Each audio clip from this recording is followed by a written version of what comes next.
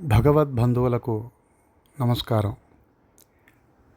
మీరు చూస్తున్నటువంటి అద్భుతమైన విశాలమైన ప్రకృతి అందాలతో తులతూగే ఈ యొక్క దేవస్థానం నెల్లూరు నగరానికి అత్యంత సమీపంలో 6 నుండి 8 కిలోమీటర్ల దూరంలో వెలిసినటువంటి సుబ్రహ్మణ్యేశ్వర స్వామి దేవస్థానం కనుపర్తిపాడు. చూసారా ఎంత సువిశాల ప్రాంగణమో. నెల్లూరు చుట్టుపక్కల ఉన్నటువంటి అత్యంత విశాలమైనటువంటి దేవస్థానం ఇదే అని చెప్పుకోవచ్చు. శ్రీ సుబ్రహ్మణ్యేశ్వర స్వామి వారు ఇక్కడ చాలా సంవత్సరాల చరిత్ర ఉంది. ఆయన ఇక్కడ పుట్ట రూపంలో వెలిశారు. చాలా తక్కువ దేవస్థానాల్లో మాత్రమే గర్భగుడిలో పుట్టని చూస్తారు. చాలా సంవత్సరాల క్రితం పుట్ట రూపంలో ఉన్న శ్రీ సుబ్రహ్మణ్యేశ్వర స్వామి వారికి చిన్న ఆచ్ఛాదనం ఏర్పాటు చేసి పూజలు చేసేవారు భక్తులు. తరువాతి కాలంలో అద్భుతమైన దేవస్థానం నిర్మించబడింది. తరువాత స్వామివారి నిలువెత్తు విగ్రహం ఇటీవల కాలంలో నిర్మించడం జరిగింది. చూసారా ఎంత మనోహరంగా ఉన్నారో స్వామివారు. అద్భుతమైన నిలువెత్తు కట్టడం చుట్టుపక్కల ప్రాంతాల్లో ఎక్కడా లేదనే చెప్పవచ్చు. స్వామివారి పాదాలు చూడండి ఎంత చక్కగా ఉన్నాయో. స్వామివారి అరుగు మీద చక్కగా ఎత్తుగా సుబ్రహ్మణ్యేశ్వర స్వామివారు నిర్మించడం జరిగింది. సుబ్రహ్మణ్యేశ్వర స్వామివారు కోరిన కోరికలు తీర్చడంలో చాలా కరుణామయురు. చూడండి ఆకాశంలో తాకుతున్నట్లుగా స్వామివారి రూపం ఎంత చక్కగా ఉందో. తరువాతి కాలంలో ఇక్కడ అద్భుతమైన దేవస్థానం నిర్మించారు. దేవస్థానం గర్భగుడిలో పెద్ద పుట్ట ఉంటుంది. పుట్టకు ముందు స్వామివారి విగ్రహాలను ప్రతిష్ఠించారు. చూడండి అద్భుతమైన ధ్వజస్తంభం శిఖరం, స్వామివారి ఆలయ ప్రాంగణం. తర్వాత అప్పటి నుంచి విశేషమైన పూజలు అందుకుంటున్నారు స్వామివారు. భక్తులు చేత నిర్మింపబడినటువంటి నాగశిలలు చూసారా ఎన్ని ఉన్నాయో.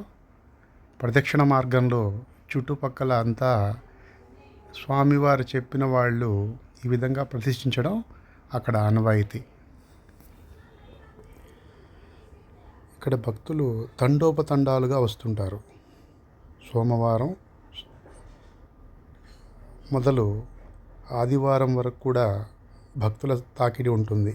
ముఖ్యంగా ఆదివారం, మంగళవారం, కృత్తికా నక్షత్రం రోజు అలాంటి దినాల్లో జనాలు చాలామంది అక్కడ స్వామివారిని సేవించుకుంటారు. కనుపర్తిపాడు సుబ్రహ్మణ్యేశ్వర స్వామివారికి చాలా చరిత్ర ఉంది. ఆయన చాలా సంవత్సరాల క్రితం అక్కడ మనల్ని కరుణించడానికి స్వయంభూగా పుట్ట రూపంలో ఉన్నారు. స్వామివారిని సేవించడం ఎంతో పూర్వజన్మల అదృష్టం. స్వామివారి ఉత్సవమూర్తులను చూడవచ్చు. స్వామివారు మనల్ని కరుణించుటకు ఇక్కడ స్వయంభూగా వెలిసినట్లు పెద్దలు చెప్తారు.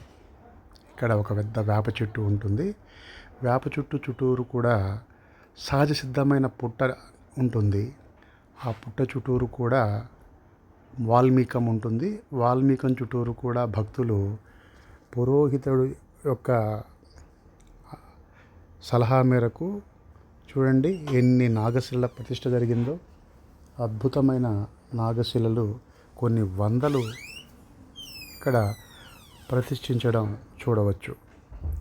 అంటే ఎంతోమంది భక్తులు స్వామివారిని సేవిస్తున్నారు అనడంలో ఇదొక ప్రత్యక్ష నిదర్శనం. ఈ యొక్క మందిర ప్రాంగణం సువిశాలంగాను చాలా పెద్దదిగాను పెద్ద పెద్ద వృక్షాలతోనూ అద్భుతంగా విరాజిల్లుతోంది. సుబ్రహ్మణ్యేశ్వర స్వామి దేవస్థానంలో మనం ఈ యొక్క నాగశిలల్ని లోపల వైపు మరియు బయట వైపు కూడా చూడవచ్చు. ఆ చెట్టు కింద ఉన్నదే వాల్మీకం. సుబ్రహ్మణ్యేశ్వర స్వామిని పుట్ట రూపంలో కొలవడం మన ఆనవాయితీ. చూడండి, ఇదే వాల్మీకం.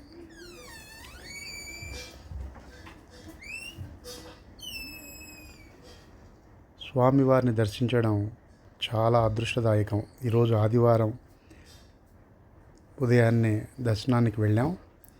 కుటుంబ సమేతంగా స్వామివారిని దర్శించుకొని తిరిగి ఇప్పుడే ఇంటికి వచ్చి ఈ యొక్క వీడియోని అప్లోడ్ చేస్తున్నాను. చూడండి, దూరం నుంచి చూస్తే ఆ విగ్రహం పక్కనే నిలువెత్తు ధ్వజస్తంభం, ఎడం వైపున యాగాదులు చేసుకోవడానికి నిర్మించినటువంటి యజ్ఞశాల, దూరం నుంచి గుడి యొక్క వివరాలు ఇలా ఉన్నాయి. చూడండి, సుబ్రహ్మణ్యుడు ఈ నెల్లూరు జిల్లాలోనే కాదు, ఈ చుట్టుపక్కల ప్రాంతాల్లో ఎక్కడా కూడా ఇలాంటి రూపం కనపడదు. చూసి తరించండి.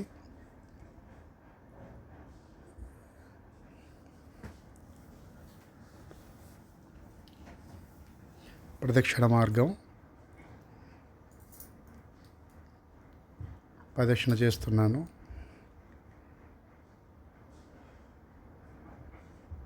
ఎంతో చక్కని వృక్షాలు, స్తంభాలు, చక్కని దేవస్థానం, ఆహ్లాదకర వాతావరణం, ఎంతో చక్కగా ఉండే ఈ దేవస్థానాన్ని వీలైనందరూ దర్శించి తరించాలని ప్రార్థన. ధన్యవాదాలు.